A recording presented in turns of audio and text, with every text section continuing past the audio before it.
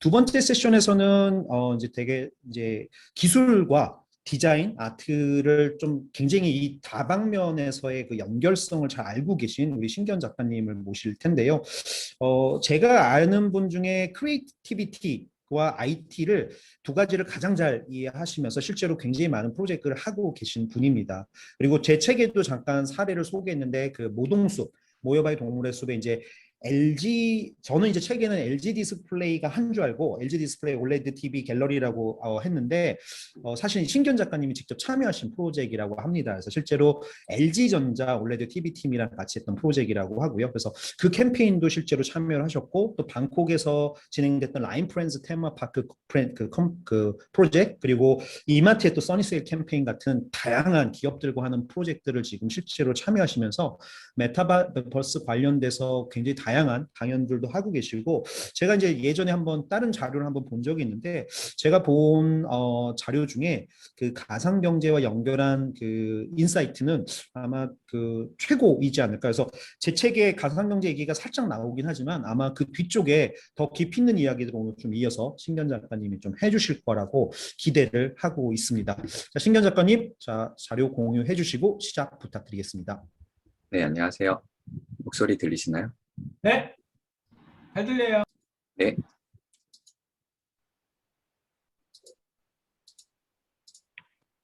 네, 저 지금 화면 공유 이제 시작했고요.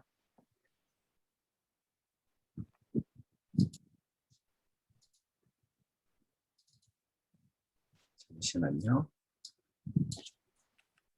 네, 잘 보이시나요? 네, 잘 보입니다. 네, 저는 소개받은 신기현이고요. 최근에 메타버스 관련으로 여러 가지 활동들을 하고 있고요. 제가 꽤 여러분들, 여러 기업들 많이 만나고 있는데 두 가지로 갈리는 것 같아요. 메타버스라고 이야기하시는 분들과 메타버스라고 얘기하시는 두 집단이 계신데 오늘 최용 이사님께서 메타버스로 소개를 해주셨고 네, 그 느낌을 가지고 네, 오늘 내용을 한번 전달을 잘 드려보겠습니다. 제가 제목 자체가 좀 난해해요. 그런데 첫 번째로 일단 가상 경제라는 표현 자체가 좀 어려울 수 있죠. 그리고 프로토콜이라는 기술에서는 많이 쓰고 또는 뭐 사회 경제에서도 많이 쓰는 표현이긴 한데 오늘 소개드리려고 하는 프로토콜 기반이라는 표현이 추상적이지 않도록 최대한 다양한 사례들을 통해서 소개를 해드리고자 했고요. 정말로 그것들을 통해서 우리가 알고 있는 세상의 모든 것이 어떤 방식으로 연결될 것인가 네, 이러한 이야기들을 좀 드려보고자 합니다. 제가 한 40분 정도 오늘 준비를 했고요. 진행하면서 내용을 살짝씩 건너뛸 수도 있는데 이런 부분들 미리 말씀드릴게요. 네, 첫 번째로 가상경제라는 표현을 썼습니다. 버추얼 이코노미라는 표현으로 오늘 도입부를 시작하려고 하는데요. 몇 개 영상들도 좀 관련해서 보여드릴게요. 지금 보시는 거는 구찌에서 내놓은 현실에는 존재하지 않는 버추얼 25라고 하는 그런 스니커즈예요. 이 스니커즈는 앱을 설치하시고 증강현실 효과를 통해서 버추얼 피팅을 해볼 수가 있습니다. 그런데 거기에서 그치지 않고 이 3D 모델 자체를 앞서 많이 소개해 주셨죠. 로블록스나 그리고 우리가 VR 헤드셋을 착용한 상태에서 여러 사람들과 소셜한 경험을 할 수 있는 VR 챗이라고 하는 곳에서 실제로 자신의 아바타에게 이 신발을 착용을 시켜줄 수가 있어요. This is not a digital event. This is a first of its kind week-long virtual destination. There are no tickets to buy, no app to download. Just log in, create your avatar, and explore. Shop daily exclusives from dozens of brands in Ford neighborhoods, order deliverable delicacies from virtual food trucks, race to secure surprise drops, watch exclusive panels, performances, screenings, and more. Sign up at complexland.com to know more. 네, 잠시 우리 흥겨운 음악을 좀 들으셨는데 저 이렇게 약간 몸을 흔들면서 감상을 했습니다. 작년에 코로나19 상황에서 많은 오프라인에 있던 이벤트들이 가상현실, 가상세계로 넘어갔죠. 온라인 환경으로 넘어갔죠. 네, 대부분 사실 전형적인 형태들을 취했었고 그에 비해서 랜드라고 하는 이 사례가 가장 재미가 있었던 것 같아요. 웹브라우저를 통해서 접속을 했을 때 이 안에서 패션, 음악, 영화, 문화, 예술 이런 다양한 영역의 컨텐츠를 실제로 경험을 할 수 있도록 3차원 3D 공간을 구현을 했었고요. 처음에 접속을 하게 되면 가상의 아바타를 설정을 하고 아바타가 돌아다니면서 각 부스들을 경험하게 되는데요.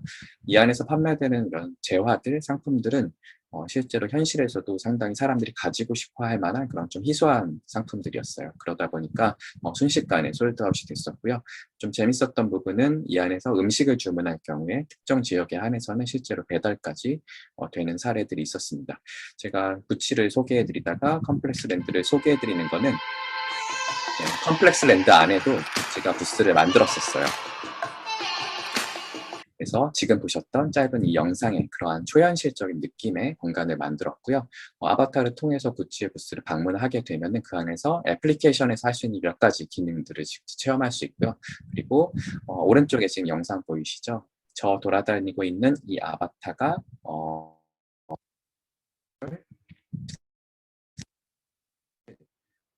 착용한 상태로 공간을 돌아다닐 수 있습니다. 그래서 이러한 부분들이 온라인에서 펼쳐졌던 여러 가지 가상의 경험들을 훨씬 더 재밌고 또 풍성하게 이런 것들이 웹브라우저에서 경험된다라고 한번 상상을 해보시면 되게 재밌으실 것 같아요. 그리고 로블록스의 사례인데 구찌가 로블록스 안에다가 구찌 가든이라는 하나의 컨셉 공간을 만들었고요. 이러한 3차원 공간 안에 유저들이 직접 자신의 아바타를 가지고 돌아다니면서 체험을 할 수 있도록 경험 요소들을 꾸며놨고요. 거기서 그치지 않고 로블록스 안에서 실제 착용할 수 있고 사람들에게 이제 보여주고 자랑할 수 있는 이런 가상의 아이템들을 이 안에서 실제 판매를 했었는데요. 아마 많이 뉴스를 통해 접하셨을 거예요. 지금 이 가방이 처음에는 한 6,000원 정도 판매됐던 걸로 알고 있는데 그 이후에 가격 자체가 460만 원까지 서로 이 유저들 간의 가방을 서로 사고 팔면서 이 정도 가격까지 상승을 했었고요. 현실에서 380만 원 정도의 가격이라고 합니다. 그러니까 현실에서는 착용할 수도 없고 우리가 단순히 로블록스라는 게임 안에서만 사용할 수 있는 이 아이템의 가치가 현실 세계 가방보다 더 가치가 높아진 그런 상황이 된 거죠. 이러한 것들을 다이렉트 투 아바타라는 D2A라고 정의하기도 하는데요. 내년 정도에는 D2A의 시장이 56조 원에 이를 거라는 그런 전망이 있기도 합니다. 그래서 구찌라고 하는 브랜드 그리고 사실 명품 브랜드들 대부분 비슷한 문법의 마케팅 활동, 브랜드 활동을 하고 있는 것 같아요. 그리고 그 대상이 되는 공간 중에는 로블록스도 있지만 제페토와 같은 10대들이 와서 이 안에서 떠들고 특별한 목적 없이 시간을 보내는 이런 서비스들도 그 안에 존재를 합니다. 이 안에서 많은 활동들을 하고 있고 제페토 안에는 구찌가 구찌 빌라라는 구찌의 브랜드의 컨셉을 공간화한 이런 체험 요소들을 만들었었고 그리고 이 아바타가 입을 수 있는 이런 옷의 경우에는 실제 구찌 매장에서 판매되는 제품과 동일한 디자인의 제품들이 존재하기도 했습니다. 오른쪽에 보시는 것 같은 테니스 크러쉬 같은 게임에서는 이 안에서는 진짜 플레이어블 캐릭터이죠. 내가 캐릭터를 조작을 해서 게임을 더 잘하고자 하는 그런 목적을 갖고 있는 게임인데 이 안에서도 선수들의 유니폼으로서 구찌 브랜드의 옷을 착용을 할 수 있도록 이런 아이템들을 판매를 하기도 했습니다. 그리고 가장 많이 알려진 사례는 이제 LVLOL 루이비통과 리그 오브 레전드의 콜라보레이션 이 사례인데요.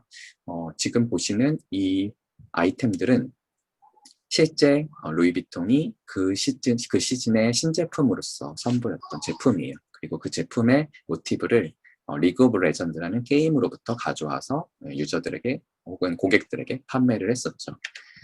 이 아이템의 경우에는 현실 세계에서 런칭을 한 다음에 반대로 게임 안에서 내가 플레이어블 캐릭터에다가 착용을 시키고 게임을 즐길 수 있도록 물론 이 아이템들의 효과가 있지는 않아요. 루이비통 무기를 착용했다라고 해서 이 무기가 더 강력해지지는 않습니다. 하지만 사람들은 이 안에서 자신을 단순히 표현하는 목적으로서 이 아이템들을 구매를 하고 자랑하는 이런 행동들을 보여줬었죠. 제가 앞서 보여드린 것들이 가상경제라고 하는 키워드에 해당되는 여러 가지 사례들이에요. 저는 이것들에 대해서 특정한 목적 그리고 이런 원인, 이런 것들이 나타나는 원인에 대해서 절대적으로 제가 분석을 할 수 있는 입장은 아니고 다만 제가 말씀드릴 수 있는 거는 이러한 현상들이 거듭 반복되고 있다. 그리고 우리가 하나의 경제적 지표를 삼는다라고 했을 때 우리가 선호하는 많은 브랜드들이 실제로 이러한 활동들을 특정 타겟을 대상으로 시도하고 있다. 이러한 현상이 반복되고 있다라는 이야기에 좀 주안점을 둘 수가 있을 것 같아요.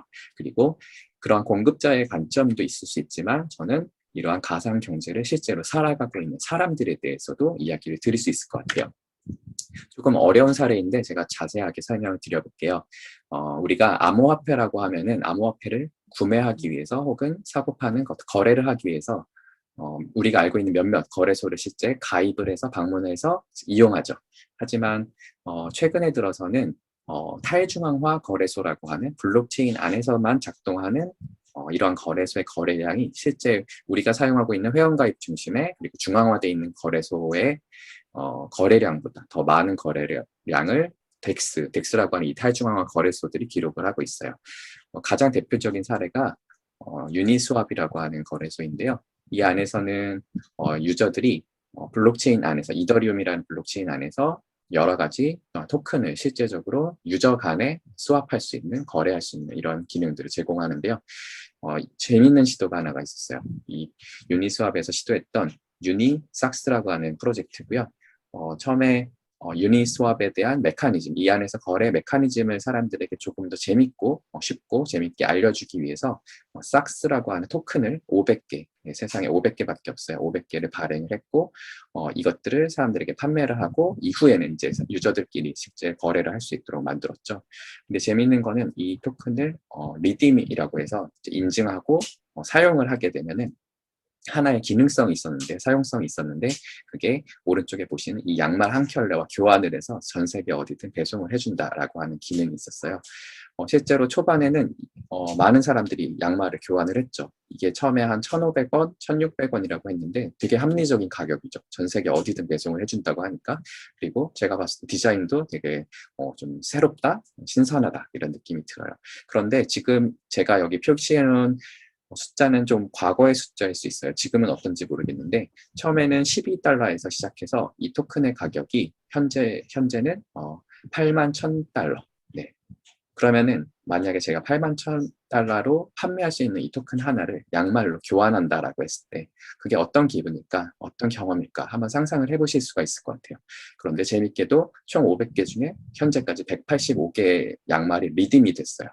물론 이 시점 자체가 초반일 수도 있고 최근일 수도 있는데 우리는 여러 가지 상상을 해보고 이러한 현상들에 대해서 재미있는 느낌을 전달받을 수가 있겠죠. 지금 보시는 NBA 탑샷이라고 하는 서비스는 올 초 3월, 4월 이때 정말로 많은 인기를 누렸던 하나의 서비스예요. 우리가 NBA라고 하면은 여러 스포츠 스타들의 멋진 장면들 그리고 어떤 경기 순간들을 기억을 하죠. 그러한 영상들을 가상의 카드 형태, 네, 종이로 된 우리가 예전에 수집하던 그런 카드 있잖아요. 그런 카드의 메타포를 갖고 있는 수집품에다가 담아서 사람들에게 판매를 했고요. 이런 것들이 판매된 이후에 게임적인 요소를 가지고 서로 마켓플레이스 상에서 사고 파는 이런 게임적인 경험을 하게 되는 프로젝트였어요. 지금 이 프로젝트의 경우에는 올해 초에 전체 우리나라, 전 세계 NFT 시장에서의 트랜잭션 거래 수의 65% 정도를 차지할 정도로 많은 사용자 경험들이 이루어졌었고요. 전체 매출 자체도 한 2,500억 정도 이상 많은 수익을 실제로 거뒀던 그런 프로젝트예요. 오른쪽에 보시는 이런 그래프들을 보시면은 어떤 특정 카드, 인기 있는 특정 카드가 어떤 시점에 몇 월에 몇 월 며칠에 몇 번의 거래가 이루어졌고 그 가격이 어느 정도였다. 이런 것들을 경제적인 지표로서 실제 보여주고 있죠. 이거는 제가 실제 언팩하는 장면인데 굉장히 떨리는 순간이었어요. 제가 요 비닐을 풀어서 그냥해서 레어한 카드가 나오면 저는 그날 많은 돈을 벌 수 있는 그런 상황이었죠. 그리고 지금 이렇게 클릭을 했는데 커먼, 그냥 그다지 이렇게 값어치가 있지 않은 그런 카드가 나왔어요. 그리고 그 카드 안에는 이런 짧은 영상 클립이 담겨 있습니다. 물론 이것들이 실제로 라이센스 관점에서 소유권을 갖게 된다 이러한 것들은 아직은 아니에요. 근데 향후 분명히 이러한 영상 콘텐츠나 음원이나 영화나 여러 가지 라이센스 개념들이 지금 보신 NBA 탑샷의 방식으로 거래될 수 있는 그런 가능성들을 보여주고 있죠. 무엇보다 재미있는 거는 이 NBA 탑샷이 인기를 끌어서 실제 사람들이 어떻게 행동을 했느냐, 어떤 모습으로서 이것들을 소비했느냐, 참여했느냐에 대한 모습인데요. 저는 이제 실제로 이 NBA 탑샷에서 드랍이라는 이벤트를 펼쳐요. 이 드랍이라는 표현은 최근에 아마 스니커즈 쪽에서 한정판 신발 구매하셨던 분들 많이 들으셨을 거예요. 새로운 제품을 시장에다가 이제 배포하는 그런 과정이죠. NBA 탑샷에서도 특정 테마의 카드를 이렇게 팩의 형태로 가공해서 예를 들어 5만 개다. 5만 개를 배포를 하겠다. 몇 월 며칠 몇 시에 전 세계 동시에 온라인을 통해서만 이러한 형태의 광고를 하고요. 실제 이제 그 시간에 들어가 보면은 수많은 사람들이 여기 줄을 서 있어요. 그래서 딱 시간에 맞춰서 이제 클릭을 하게 되면은 이 안에 시스템 상에서 자동으로 줄을 세우게 돼요. 제가 한 3개 정도의 계정을 동시에 돌려봤는데 어떤 경우에는 3만 개를 배포하는데 제가 3만 한 5천 번 정도 대기열에 걸릴 때가 있었고요. 어떤 거는 5만 번. 제가 가장 이제 많은 건 40만 번째 정도까지 줄을 서게 되더라고요. 말 그대로 전 세계에서 40만 명이 동시에 같은 시간 이곳에 모여 있다라는 이야기죠. 그렇게 해서 제 순서가 돌아오게 됐을 때 10분 이내 결제를 하지 않으면 그 순서 자체가 소실되게 돼요. 그러다 보니까 사람들은 이제 저는 새벽이었죠. 이 시간에 이 플랫폼 안에 들어와서 계속해서 대기를 하고 있는 상태죠.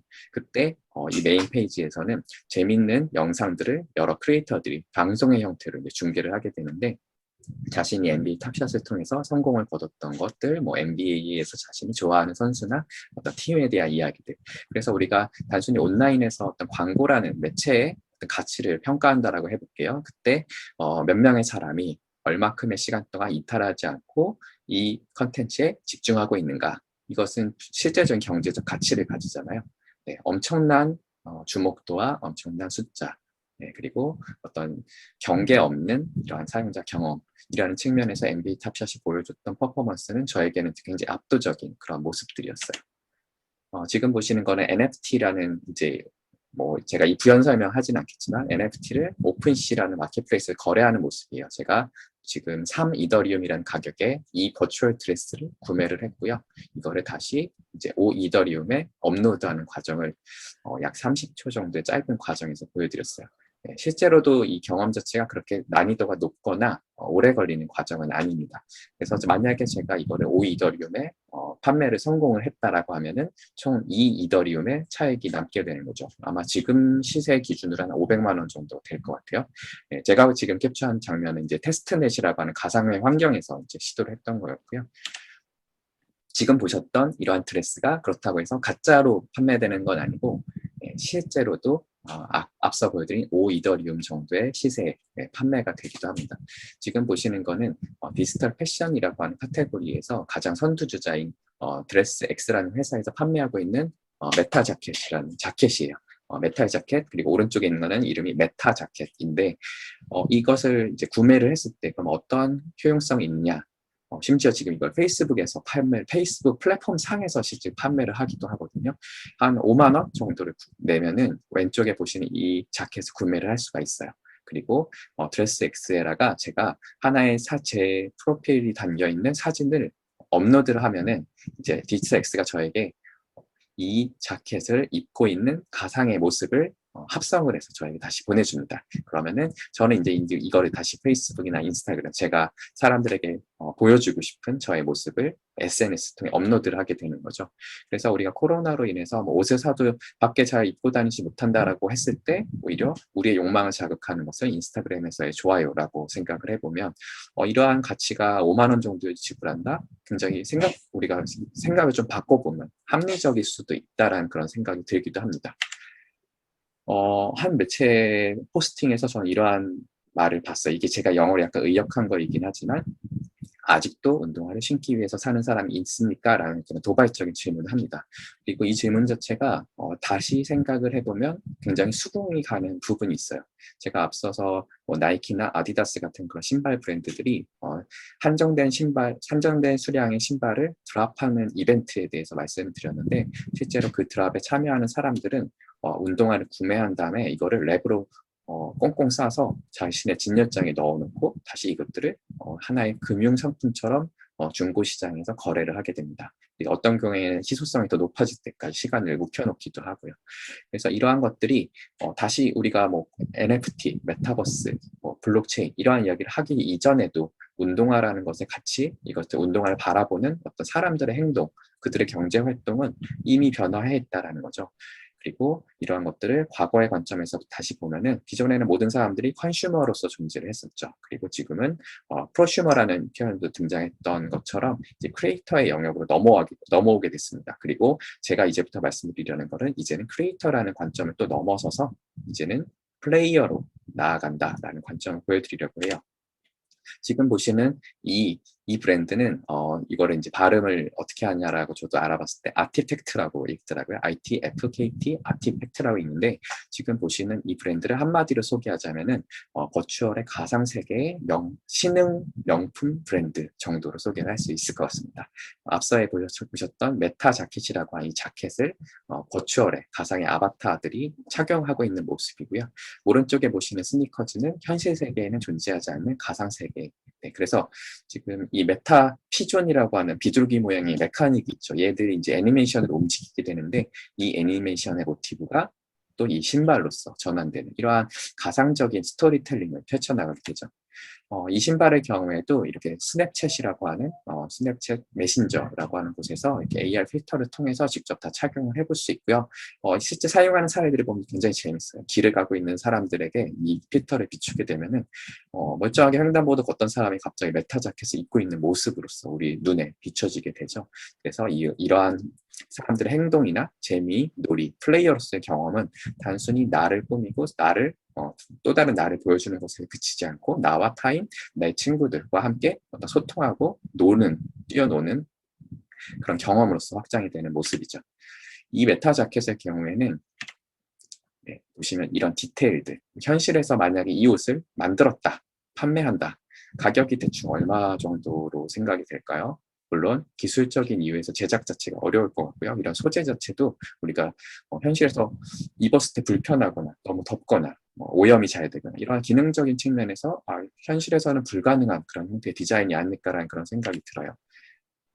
그리고 이 디자인 자체가 디지털 환경에서만 존재하기 때문에 색깔 자체가 시시각각 변화하기도 하고요. 이런 표면 자체를 다 마치 가상의 디스플레이처럼 이 안에서 영상을 송출할 수도 있고 모든 것들이 일시적인 형태로서, 일시적인 상태로서 존재할 수 있는 디자인인 거죠.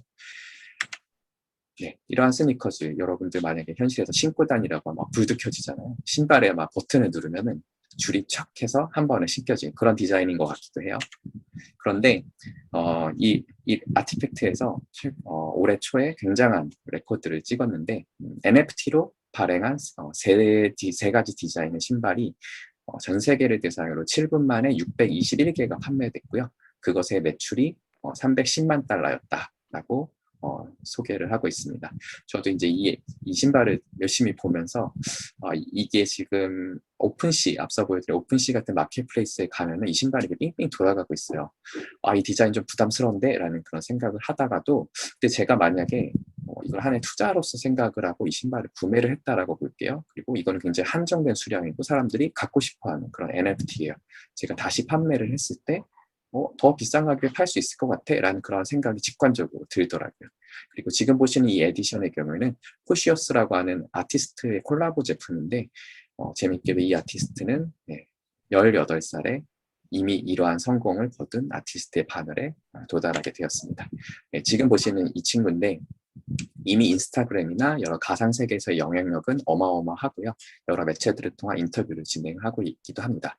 그리고 최근에 하고 있는 작품의 경우에는 자신의 어떤 삶의 이야기를 실제 NFT 상에서의 어떤 디지털 아트를 통해 이야기를 하는데 그런 임팩트들이 꽤나 크게 작동하는 모습을 볼 수가 있습니다. 그리고 이제 이 신발이 다음 단계로 넘어가서 NFT를 보유하고 있는 사람에게는 신발을 만들어서 보내줄게 라는 이제 단계에 도달해 있어요. 마치 앞서 보여드린 유니삭스와 유사한 사례죠. 그래서 이 신발이 실제로 이제 전 세계에 배송이 됐고요.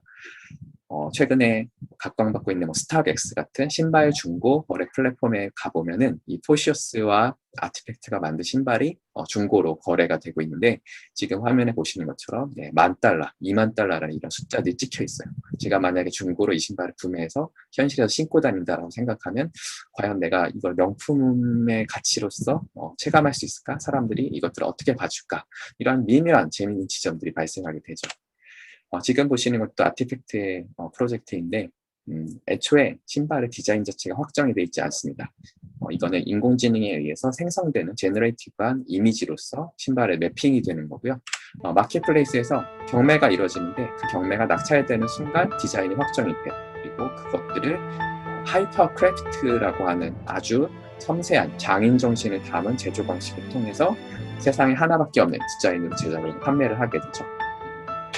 그리고 이 경우에도 재밌게도 이 NFT를 보유한 사람들이 여러 플랫폼에서 다양한 디지털적인 경험을 할 수 있도록 기능성을 제공하게 되는데요. 더 샌드박스라고 하는 최근에 메타버스 플랫폼이 있고요. 그리고 스냅챗, 앞서 말씀드린 필터 효과를 갖게 되죠. 만약에 더 많은 플랫폼, 더 많은 서비스 게임들이 이 NFT를 채택을 한다라고 하면은 하나의 NFT를 보유하는 것으로서 여러 개의 사용성을 갖게 되는 거예요. 그것들이 시간이 지남에 따라서 점차 가치가 상승하는 것들은 어떻게 보면 굉장히 자연스러운 메커니즘이 있을 것 같습니다. 이렇게 해서 제가 가상경제라는 키워드를 처음에 소개를 하고요. 그 다음에 그 가상경제를 만들어가고 살아가고 있는 사람들에 대해 소개를 했습니다. 그리고 이제 그들이 이제 모여서 사회를 형성하게 되는데 이 사회의 모습은 어떤 것일까? 어떤 식으로 어떤 현상들이 나타나고 있는가에 대해서 지금부터 또 소개를 해드리겠습니다. 가장 대표적인 사례이고요. 제가 생각하는 메타버스, 블록체인 기반 메타버스 플랫폼의 상징성으로 치면은 비트코인에 해당되는 그런 프로젝트예요. 디센트럴랜드라는 프로젝트고 이거는 이더리움 블록체인 상에서 작동하고 있는 3차원의 가상 공간이에요. 처음에 가상의 대지를 판매를 했습니다. 이게 총 9만 개가 한정으로 이후에는 더 이상 늘어나지 않는다라는 그러한 블록체인상에서의 기록을 가지고 판매가 됐었고요. 16m 곱하기 16m. 물론 이런 절대적인 크기를 이야기하는 게 어색할 수 있지만 만약에 이 안에 가상의 아바타가 존재한다라고 했을 때 그 아바타의 크기를 상대적으로 비추어 봤을 때 16m 곱하기 16m의 타일의 형태가 총 9만 개가 존재한다라고 보시면 됩니다. 그리고 이 경험 자체가 웹브라우저에서 작동을 하거든요. 그래서 만약에 이메일로 디센트럴랜드의 이메일을 뉴스레터를 구독하다가 오늘은 이런 이벤트가 있어라는 뉴스레터를 보고 링크를 클릭하게 되면은 그 해당 이벤트의 공간으로 제가 점프를 해서 뛰어들게 되는 그런 상황이죠. 그래서 이 지도상에서 이렇게 하나의 좌표를 찍고 들어가면은 지금 보시는 것처럼 이런 아타리 게임, 예전 게임 개발사죠. 아타리에서 만든 헤드쿼터를 방문해서 이 안에서 이런 고전 게임을 즐길 수도 있고요. 이 안에서 NFT 판매되는 드레스, 버추얼 드레스나 아이템들이나 이런 것들을 실제 구매하거나 영화를 같이 감상하거나 이런 여러 가지 경험들을 할 수 있고요. 이런 경험 요소들은 철저하게 이 대지를 소유하고 있는 사람들의 의도에 따라서 기획되고 제작돼서 배포가 된다라고 생각하시면 되겠습니다. 그래서 이 아타리의 공간의 경우에는 과거에 아타리가 만들었던 레트로 게임들, 최근에 우리가 레트로 게임들을 5,000원 정도의 가격에 구매를 해서 즐긴다, 혹은 에뮬레이터 같은 프로그램을 통해서 소프트웨어를 통해서 경험한다라고 생각을 했을 때 메타버스 안에서 이런 에뮬레이터의 라이센스를 한정 수량으로 배포를 하고 이런 것들의 운영권을 내가 가지고 실제 공간을 게임 센터 같은 공간을 운영하는 이런 형태의 비즈니스 모델도 상상을 해볼 수가 있겠죠. 지금 보시는 요 타일의 모습을 제가 하나씩 짜집기를 해서 전체 맵을 연결을 해본 모습이고요. 9만 개의 모습이 총 오른쪽에 보시는 요 미니 맵이라고 생각을 하시면 될 것 같아요. 그렇게 했을 때 전체 크기를 가늠해 보면은 대략 23제곱킬로미터 정도라고 생각을 하시면 되겠고요. 처음에 이 랜드가 경매 방식을 통해 판매가 됐어요. 그런데 흥미롭게도 이 하나하나에 대한 값어치가 경매, 최종 낙찰가가 굉장히 다르게 형성이 됐다는 점이에요. 기본적으로 0,0에 해당되는 가운데 이 좌표의 경우에는 사람들이 많이 모일 수밖에 없어요. 처음에 로그인을 해서 접속을 하게 되면은 이 0,0을 기본값으로 입장을 하게 되거든요. 그래서 지금 빨간색의 이 히트맵상에서 가운데 높은 시세가 형성됐다는 부분에 대해서는 굉장히 납득을 하게 되는 그런 부분이에요. 그런데 재밌는 거는 앞서 제가 영상을 잠깐 보여드린 것처럼 이 공간은 가상세계이기 때문에 원하는 좌표를 찍어서 언제든지 점프를 할 수 있어요. 그럼에도 불구하고 우리는 아직 이 세상을 경험해보지 못했을 때 길 주변의 랜드를 더 많은 비용을 책정하는 그런 현상들을 볼 수가 있었는데 어떻게 보면 아직 가보지 않은 가상세계의 가치를 우리가 학습함에 있어서 오히려 우리가 지금까지 경험해온 현실 세계에서의 가치 평가 기준을 이 안에 그대로 가져왔던 상황이 아닐까라는 생각이 듭니다. 그래서 이러한 현상들은 앞으로 새롭게 펼쳐지는 가상세계 안에 가상경제에서 반복적으로 나타나는 모습이 아닐까라는 생각이 들고요. 대략 이러한 디자인의 모습들이요, 그래픽적으로 상당히 떨어져 보일 수밖에 없어요. 웹브라우저에서 작동하는 웹GL이라는 기술로 구현이 되어 있고요. 1주년 파티, 네, 그래서 올해 초였던 것 같아요. 디센트럴랜드 오픈 1주년 파티의 모습이 이런 식으로 펼쳐졌었고, 이 안에 많은 사람들이 함께 폭죽을 터뜨리면서 상황들을 즐겼죠. 올해 2월, 3월 정도에 이 디센트럴랜드 자체로 발행되어 있는 암호화폐인 마나의 시가총액이 순식간에 한 4배 이상 급등하는 모습을 보여줬었습니다. 그 이후에 이제 많은 일들이 있었고, 현재도 NFT에 해당되는 암호화폐의 가치가 굉장히 급등하고 급락하는 그런 상황들을 반복을 하고 있죠. 어쨌든 그와 관계없이 가상경제에 대한 관심은 높아지고 있다. 이러한 가상경제 기반의 그리고 NFT 기반의 메타버스 플랫폼들의 인기는 계속해서 상승하고 있다라고 말씀을 드릴 수 있겠고요. 그거에 대한 또 하나의 지표로서는 이 안에 발행되어 있는 NFT 기반의 뭐 랜드라거나 아이템 혹은 그 프로필에 사용할 수 있는 이름 같은 아이디 같은 것들의 거래 횟수 자체가 트랜잭션이라고 하거든요. 이 거래 횟수 자체가 굉장히 많아지고 있고 그 전체 거래 금액도 수백억에 도달하는 지금은 수천억일 수도 있겠죠. 네, 그리고 그 한 건당의 거래 금액이 우리가 일반적으로 현실 세계 커머스에서의 상대적인 거래 금액 대비 굉장히 높게 책정이 돼 있다라는 부분들에 대해서 집중할 수가 있을 것 같습니다. 디센트럴랜드의 사례를 저희가 말씀드릴 때 저 인용한 레포트가 있는데 요거는 프랑스의 제1금융권의 아틀리에라는 곳에서 그런 리서치 기관에서 발행한 버추얼 이코노미라는 레포트의 한 부분이고요. 이 레포트 안에서 되게 많은 페르소나를 실제적으로 정의를 하고 있는데 그중에 매티라고 하는 이 한 사람의 모습을 좀 보여드릴 수가 있을 것 같습니다. 이분은 예전에 회사 생활을 하다가 디센트럴랜드라는 플랫폼을 알게 됐고 그 안에서 몇 번의 수익을 거뒀어요. 근데 이 수익의 기회가 굉장히 경쟁이 없고 너무나도 쉽게 큰 돈을 벌었다라는 느낌을 받게 되죠. 그리고 어느 날 이제 회사에서 일을 하다가 디센트럴랜드에서 되게 큰 수익을 거둘 수 있는 거래 기회를 놓침으로 인해서 이제는 내가 전업으로서 이러한 가상세계 안에서의 활동을 해야겠다라고 생각을 하고 현실에서의 직업을 가질 수 있고 현실의 어떤 직업을 통해 수익을 거둘 수 있는 기회비용을 포기하고 가상세계 안에 자신의 삶을 올인을 하게 됩니다. 실제 사례이고 지금 이 사람의 트위터 계정을 가보면은 디센트럴랜드를 포함한 여러 메타버스 플랫폼 안에서 굉장히 다양한 비즈니스를 펼치고 있고 그 파급력도 지금 보시는 이 텍스트에서 보셨던 숫자들에 대비 훨씬 더 상승해 있는 것들을 보실 수가 있어요. 그리고 이 레포트에서 소개하는 여러 다른 페르소나들이 있는데 아마도 뭐 우리나라의 경우 e스포츠가 워낙에 발달을 하다 보니까 조금 익숙해 보일 수 있는 그런 직군들도 있어요. 그리고 디지털 에셋 크리에이터, 스킨 디자이너 같이 게임 산업에서 실제로 지금 최근 확산되고 있는 이러한 직업들도 볼 수가 있고요. 근데 여기서 재미있는 거는 여기에 파퓰레이션 사이즈, 실제 전 세계에 이러한 삶을 살아가고 있는 사람들이 이 정도 숫자에 도달한다라는 이야기를 하고 있고 그들의 경제적 수익은 이 정도 범위 안에 있다. 이들이 주로 이용하는 플랫폼이나 일하는 형태, 일하는 장소, 많은 것들을 묘사를 하고 있어요. 그래서 단순히 우리가 어떤 서비스 안에서 아바타의 모습으로 만나는 그들의 모습이 아니라 현실 세계 그들은 어떤 사람일까에 대한 궁금증을 이러한 지표들을 통해서 우리가 참고를 할 수 있지 않을까라는 생각이 듭니다. 그리고 제가 생각하는 이제 또 하나의 지표는 실제 그것들이 산업화돼서 기존의 산업의 플레이어들이 이쪽에 넘어오느냐에 대한 이야기인데요. 지금 이 문장을 잠깐 읽고 넘어가 볼게요. 어느 날 가상세계의 토지를 사는 것은 1750년대 맨하탄의 토지를 사는 것과 같은 느낌이 들 수 있습니다. 라는 이야기를 리퍼블릭 리얼 에스테이트라고 하는 기업의 CEO가 블룸버그라고 하는 가장 권위 있는 경제 매체 인터뷰를 통해서 이야기를 했고요. 제가 이 말을 좀 생각을 해봤는데 저는 1750년대 맨하튼에 살아본 적이 없어요. 아마도 짐작하기로는 누구도 그 안에서 미래를 상상할 수 없는 황무지 같은 그런 모습이 아니었을까라는 생각이 들어요.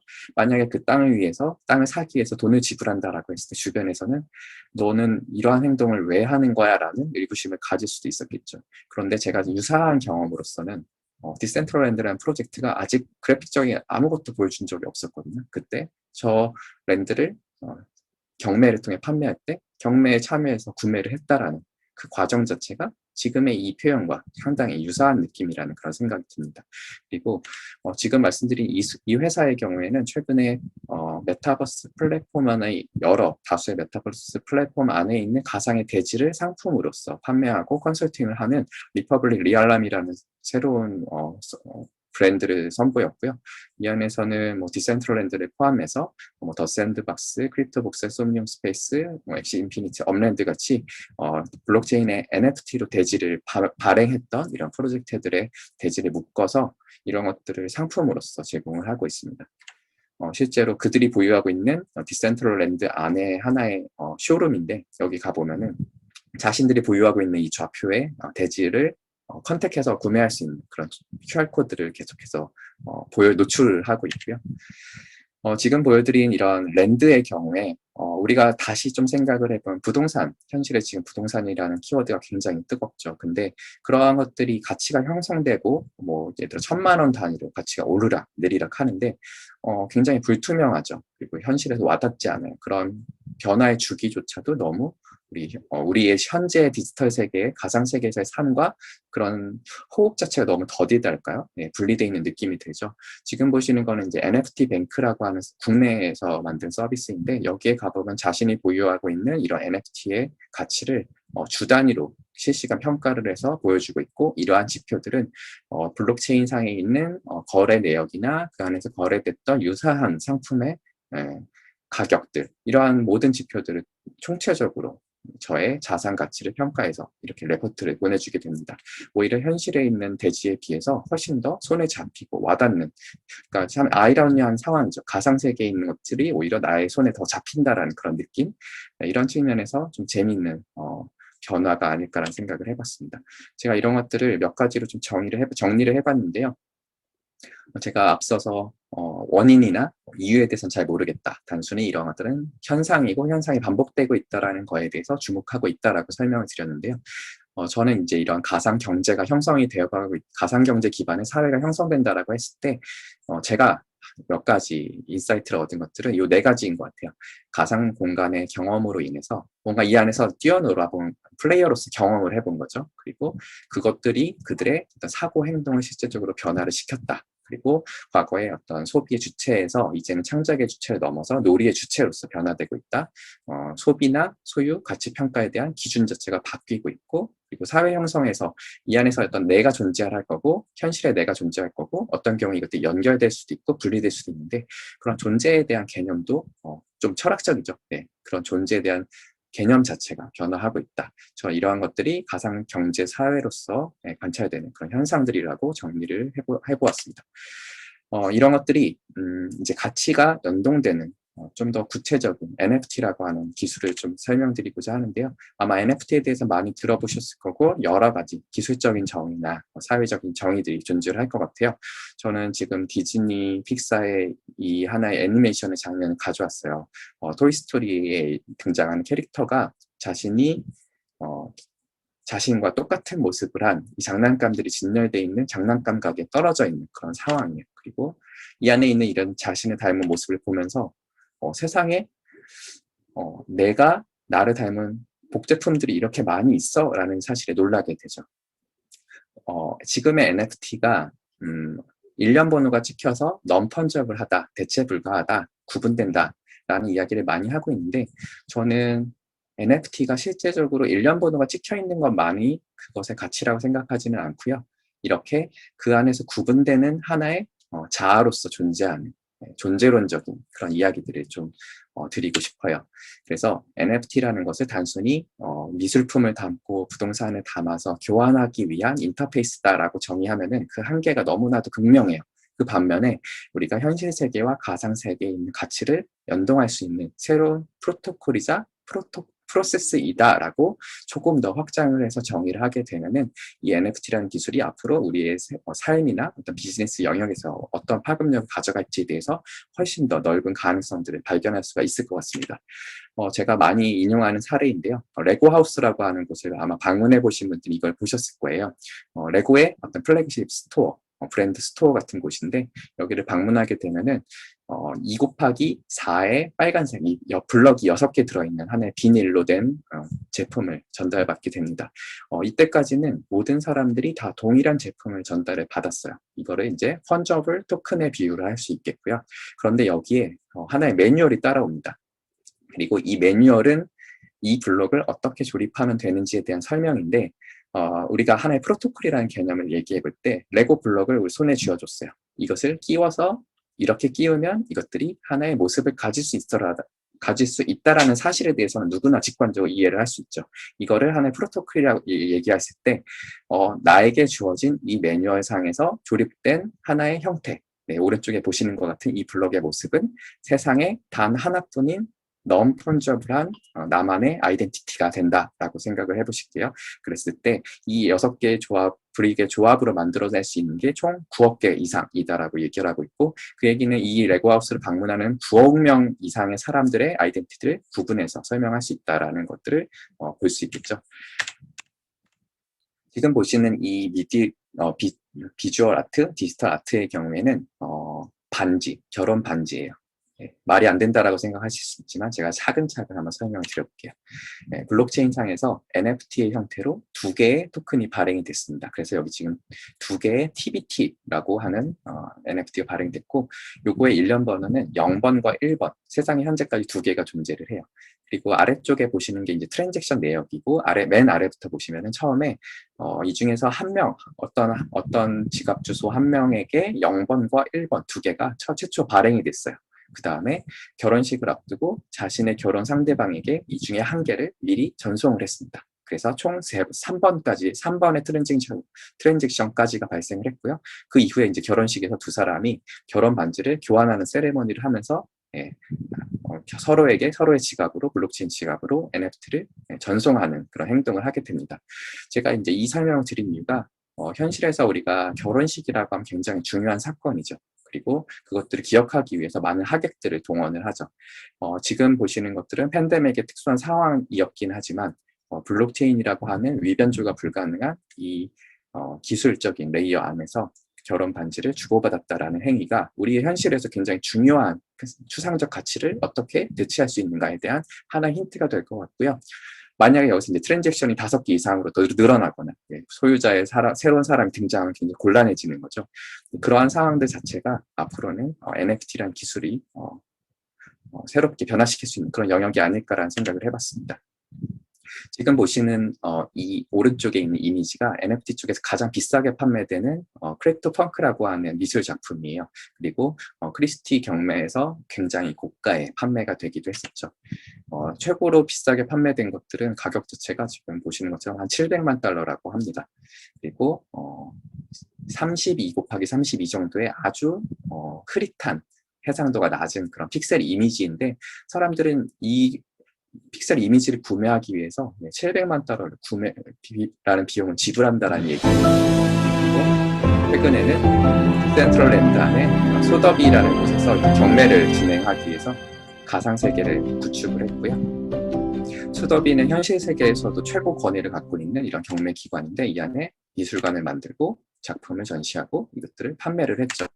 그리고 이 NFT를 보유한 사람들끼리 서로 연결이 돼서 미국의 마이애미 지역에서는 총 96개 정도의 광고판에서 실제 퍼블릭 공간에서의 전시가 이루어지기도 했었고요. 더 재미있는 거는 이제 이 NFT라는 기술의 특성은 보유한 사람들이 이 NFT를 더 많은 사람들에게 자랑하고 그 가치를 스스로 높인다라는 그런 행위에 있습니다. 그래서 이런 것들이 제가 말씀드린 프로토콜로서 작동하고 프로세스를 변화시킨다라고 말씀드린 거에 하나의 힌트가 될 수 있겠는데요. 만약에 이 크립토펑크를 누군가가 보유하고 있다라고 했을 때 그 이외에 새로운 서비스들을 런칭할 때 그 NFT 보유자들에게 접근을 해서 그들에게 새로운 아이템을 에어드랍을 해주거나 무료로 배포를 하거나 그들과 소통하면서 새로운 프로젝트들을 진행할 수 있다라는 측면에서 많은 잠재력을 가지게 되죠. 제가 앞서 말씀드렸던 아키텍트의 경우에는 이 크립토펑크라고 하는 NFT를 보유하고 있는 사람들이 자신만의 가상의 신발을 가질 수 있도록 이게 자동화돼서 생성이 돼요. 32 곱하기 32의 픽셀 이미지로부터 색깔 형태를 도출을 해서 가상 스니커즈를 제작해서 배포하게 되고요. 이러한 형태로 세상에 수많은 신발들이 가상 세계에서 존재하게 되는 거죠. 그리고 얼굴만 있으면 재미없잖아라는 어떤 프로젝트가 있었는데 펑크 바디라는 프로젝트는 이렇게 몸을 만들어서 몸을 또 마저 그들에게 나눠주고 이렇게 합체해서 보면 좀 더 멋있어 라는 하나의 놀이이죠. 밈으로서 작동하는 이러한 행위들을 하게 됩니다. 최근에는 자신의 소셜 영역에서의 프로필로 크립토 펑크를 사용하는 사용자가 굉장히 많아지고 있어요. 물론 NFT를 실제 보유했는지는 그들의 어떤 지갑 주소를 열어보면 확인할 수 있는 거고요. 지금 보시는 롤이라고 하는 프로젝트는 누구나 자신만의 토큰, 소셜 토큰을 발행을 할 수 있고 그것들을 사람들에게 자신의 어떤 팬들과 소통하는 데 활용할 수 있도록 하는 플랫폼인데요. 이런 많은 크리에이터들이 자신의 토큰을 실제 발행을 해서 배포를 하고 있고요. 이렇게 배포하고 또 동기부여를 하고 지불하게 하는 하나의 자신을 중심으로 돌아가는 경제 시스템을 작동하도록 하는 거죠. 그리고 이러한 토큰들은 제가 유니스왑이라는 탈중앙화 거래소를 말씀드렸었는데 그 거래소를 통해서 만약에 제가 토큰을 100개를 발행했어요. 저의 토큰과 유니스왑의 그 양말에 해당되는 토큰을 1대1로 교환할 수 있는 교환 비율로 특정 교환 비율로 교환하는 이런 행위들을 할 수가 있게 되는 거죠. 그리고 최근에는 이제 미러 프로토콜 같은 프로젝트들이 등장했는데 이 프로젝트는 블록체인 상에다가 우리가 현실 세계에 존재하는 여러 실제 주식들을 옮겨와서 그 안에서 가치 비율을 가지고 교환할 수 있도록 하는 하나의 프로토콜 프로젝트예요. 여기서 그럼 다시 돌아가서 이야기를 해볼게요. 유니스왑에서 양말을 가지고 애플의 주식을 교환한다. 소셜에서의 나의 영향력을 가지고 애플 주식을 거래한다. 애플 주식을 가지고 크립토펑크의 NFT 미술품과 교환한다. 이러한 것들이 프로토콜 레벨에서 자유자재로 이루어지게 된다라는 거죠. 이것들을 생각을 해봤을 때 오히려 우리가 과거의 물물 교환 시대로 돌아가는 게 아닌가라는 그런 생각이 들기도 하고요. 가상세계에서 앞으로 벌어질 일들은 화폐라는 단위, 그리고 디지털 상에서 추상적인 어떤 숫자나 문자를 거치지 않고 이것들이 직접적으로 교환되는 듯한 그런 행위로서의 모습들을 많이 보여주지 않을까라는 그런 생각을 합니다. 네, 그래서 제가 원래 뒤에 플레이 투 언이라는 개념을 조금 더 준비를 했는데 이 부분은 제가 시간 관계상 좀 건너뛰고요. 이후에 기회가 되면은 차근차근 좀 더 보여드리려고 하고요. 이후에 아마 토론 시간이 있기 때문에 만약 기회가 된다면은 이 플레이 투 언이라는 개념에 대해서도 잠깐 말씀을 드릴 수가 있을 것 같습니다. 그래서 제가 가상경제에 대한 이야기를 오늘 드렸고 가상경제가 어떤 현상으로 나타나느냐 그곳에 살아가는 사람들은 어떤 사람들이고 이들이 만들어가고 있는 사회는 어떠한 모습이냐에 대해 설명을 드렸고요. 마지막으로 NFT 같은 새롭게 떠오르는 기술들이 지금의 사람들이 인식하고 있는 어떤 한계점들 그런 형태에 머물러 있기보다는 향후 이것들이 프로토콜 레벨에서 하나의 프로세스로서 어떤 변화들을 만들어 갈 수 있을까에 대해서 간단하게 소개를 드렸습니다. 네, 여기까지 저 발표를 마치도록 하겠습니다. 그리고 이후에 토론을 통해 또 많이 재미있는 이야기들 나눌게요. 네, 감사합니다.